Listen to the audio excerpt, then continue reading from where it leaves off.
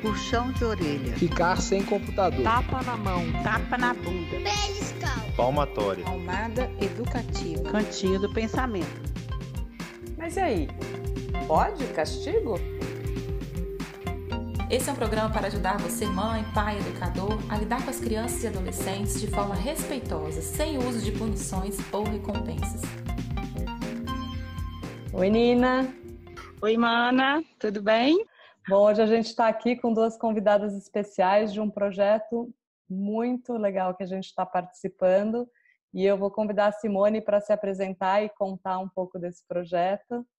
Muito contente de estar aqui com vocês também, especialmente falando desse projeto que promete ser maravilhoso, né? Eu sou suspeita para falar, porque ele foi pensado com muito carinho. A gente sempre fala, né, o quanto é difícil encontrar um material que junte boa parte das dúvidas e dos conflitos que todo mundo tem. Então, esse foi o desafio desse livro, né, o Educando Filhos para a Vida, que era colocar temas que atendessem a grande dúvida, o grande conflito que todos os pais enfrentam. Esse título, ele representa muito a forma da minha clínica mesmo, né? Como eu trabalho com as crianças. E quando uma criança chega no consultório, eu não atendo só a criança, né? Eu vou fazendo muitas sessões de orientação com os pais para que haja uma mudança e essa mudança seja permanente, né? Que eles não só no aspecto que os levaram para a psicoterapia. Então, quando a gente fala de educar os filhos para a vida, a gente não está falando de resolver o conflito daquele momento. Por exemplo, o meu filho tem dificuldade de aprendizagem e eu foco naquele problema e esqueço todo o resto.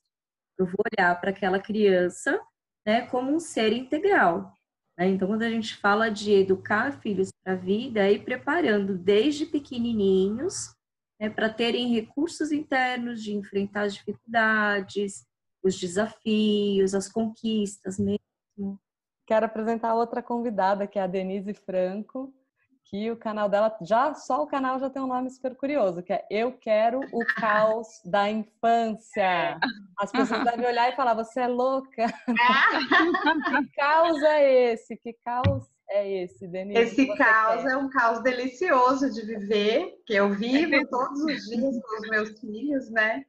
E um dia eu, no meio do caos da infância, cansada e aquele caos que às vezes vira a vida da gente, eu decidi escrever sobre o que era o caos para mim. Eu sou psicóloga, atendo muitas famílias hoje em dia também, né? Às vezes, assim como a Simone, as crianças chegam lá no consultório, o pai vai levar a criança. E aí a gente acaba entendendo que se não cuidar da família e se não ajudar essa família, a gente também não vai ajudar essa criança. Eu entendo que é no caos que a gente agradece por estar vivendo esse caos maravilhoso que é a infância dos nossos filhos. E também é nesse caos que a gente ensina as habilidades de vida para as nossas crianças. Então, quando você entende que viver o caos é maravilhoso, e quando você entende que no caos você tem as melhores oportunidades para formar o que você quer encontrar daqui a um tempo, ou, né, educar o seu filho para a vida, a gente muda a gente quebra paradigmas e muda o nosso olhar sobre a infância, sobre o momento presente. Legal, a gente fala muito que erros são oportunidades de aprendizado, mas agora eu vou acrescentar aqui o caos também. O caos é uma excelente oportunidade.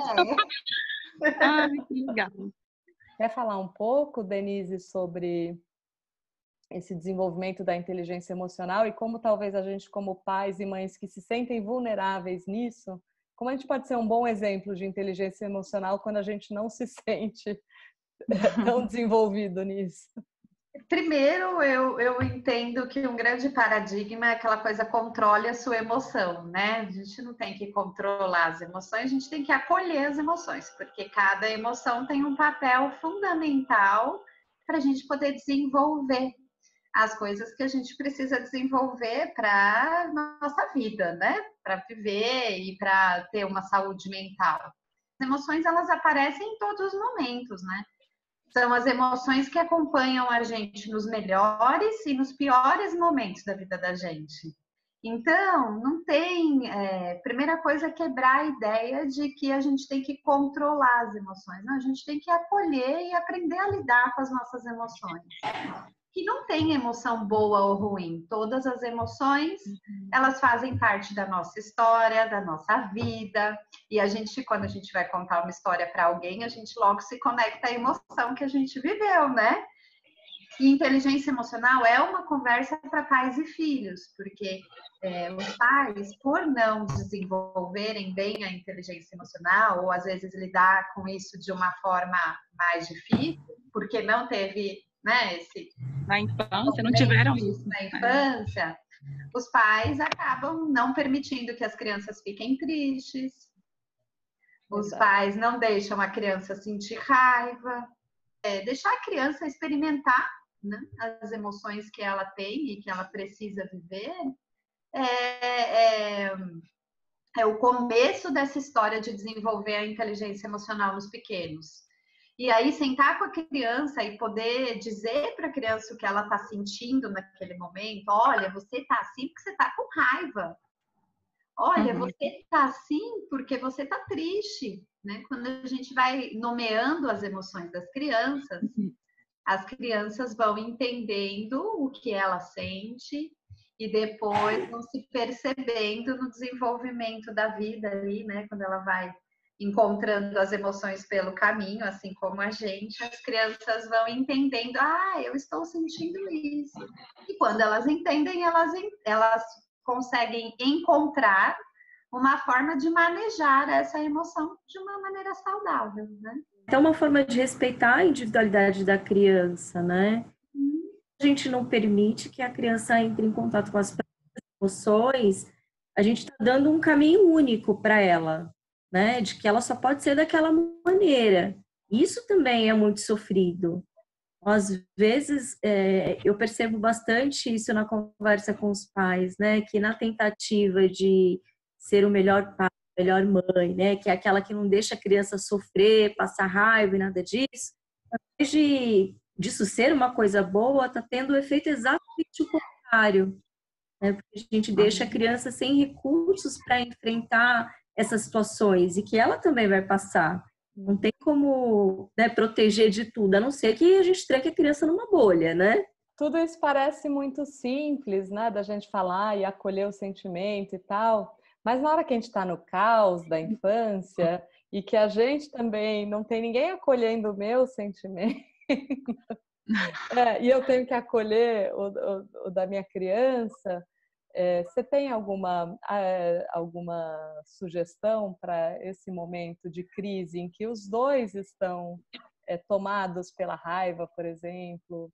Primeiro é o autocuidado, né? Precisa ter o autocuidado para a gente poder gerenciar o que mora dentro da gente, para poder gerenciar o que mora dentro, para poder ajudar o nosso pequeno a gerenciar aquilo que ele está sentindo. Mas uma coisa bem interessante, meninas, é a raiva, né? A emoção da raiva, ela é a emoção que mais contamina os pais. Né? Então, quando o filho está com raiva, o pai imediatamente é contaminado por aquela raiva. Porque na tristeza, não. Na tristeza, a gente busca recursos para oferecer para a criança. Olha, você está triste, você pode fazer isso, ou isso, ou isso.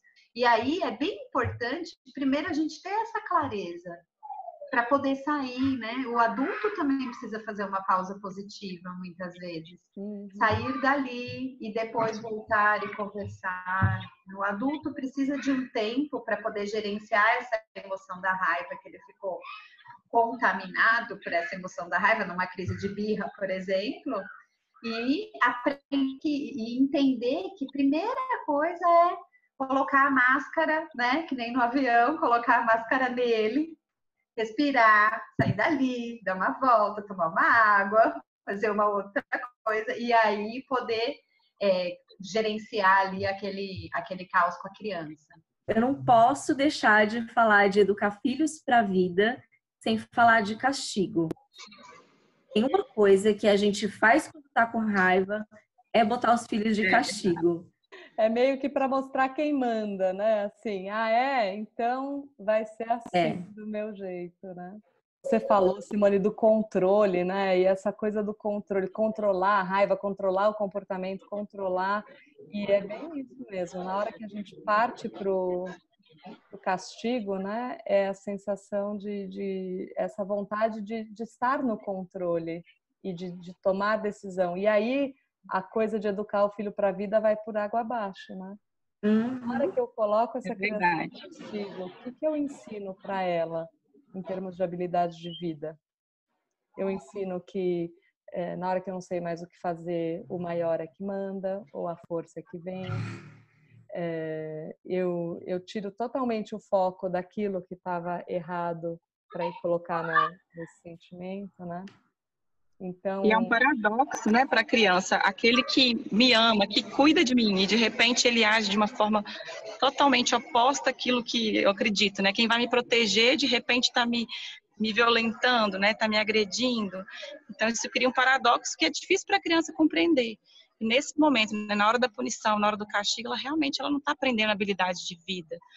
Ela está sofrendo e isso tira o foco dela, inclusive, do comportamento que o pai quer que cesse, né? Porque ela está pensando ali que ela está injustiçada, que ela está sendo maltratada, e ela até esquece o comportamento que foi o motivo que causou, seja o castigo, né, ou a palmada, porque a gente fala no nosso capítulo também dos diferentes tipos de castigos, né? Porque as pessoas pensam muito no castigo físico.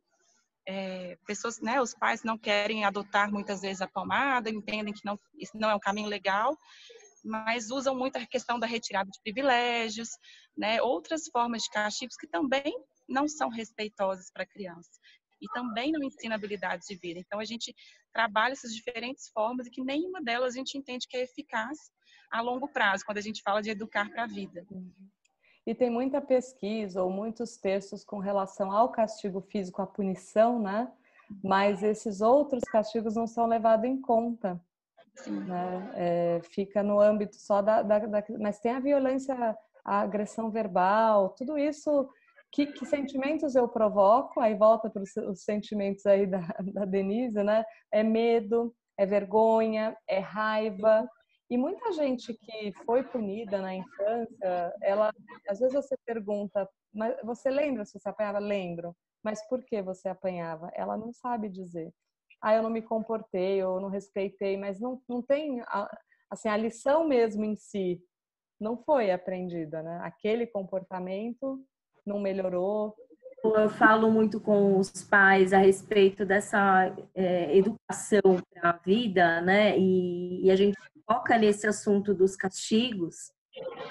Uma coisa que eu ouço muito é de colocar num canto para pensar, né? O cantinho do pensamento. Então, ele vai pensar sobre isso, ele vai aprender, eles aprendem. Se aprende no cantinho do pensamento. A criança que brinca de se esconder e acha que está escondida atrás da mão, qual é a noção de causa e efeito que ela tem, de lógica, né? Ela é tudo concreto para ela. Eu fecho o olho e ninguém está me vendo. Então você põe ela para pensar ali, será que ela está pensando? E eu costumo dizer que, na verdade, a gente acaba ensinando que pensar é algo ruim, né? Também. Vai pensar no que você fez e pensar é um castigo. Então, é algo bem ruim. É verdade. Provavelmente ela não vai pensar no que ela fez, né? Ela vai pensar em quanto tempo está faltando para ela sair daquele lugar. Então, o castigo ele sempre vai desviar o foco e ele não vai treinar emocionalmente as nossas crianças, né? Que a inteligência emocional ela é treinada, né? E a gente é um treino e a gente não faz isso através dos castigos. A gente interrompe o comportamento naquele momento. Por isso que tem gente que defende a prática do castigo ou do cantinho do pensamento, entre outras estratégias, porque a curto prazo ele traz um efeito, né? Ele cessa, a criança para porque ela está com medo de ser punida, porque ela não quer aquela retirada de privilégio. E aí o adulto tá funcionando, tô indo bem. Só que daqui a pouco o comportamento ele se repete novamente, e a longo prazo a gente não vê a mudança de comportamento, o aprendizado em si. E mais, né? O castigo tem que sempre escalar, porque aí o comportamento volta, o pai acha que tem que dar uma punição maior. Já fiz de tudo, é o discurso que sempre aparece. Ele continua me desafiando. Ou seja, será que o castigo realmente é eficiente? Você tem que ficar... E qual que é o limite? Quem decide qual que é o limite do castigo? O livro Educando Filhos para a Vida será lançado no dia 22 de novembro de 2019, né, na Livraria da Vila, na Alameda Lorena. E tá todo mundo convidado de antemão, né, tanto para conhecer essa obra, como brindar com a gente, né, esse livro que está sendo tão especial. Está sendo um prazer mesmo participar dessa obra. Obrigada por estar aqui conosco no Pod Castigo. Obrigada, Denise, também. Foi ótimo conversar com você, trocar. A gente sempre está aprendendo, né, sobre como controlar melhor as nossas emoções, e adorei saber um pouquinho mais sobre o caos da infância. Também curto muito esse caos. É uma delícia. Eu também agradeço a vocês pelo convite, pela oportunidade de estar aqui com vocês, pessoas que têm um trabalho tão bacana, né, tão significativo para o mundo, e que deixam aí a sementinha da disciplina positiva no mundo para a gente poder cultivar junto, né? Muito bom. Obrigada. Gente, boa noite. Obrigada, boa noite. Boa noite.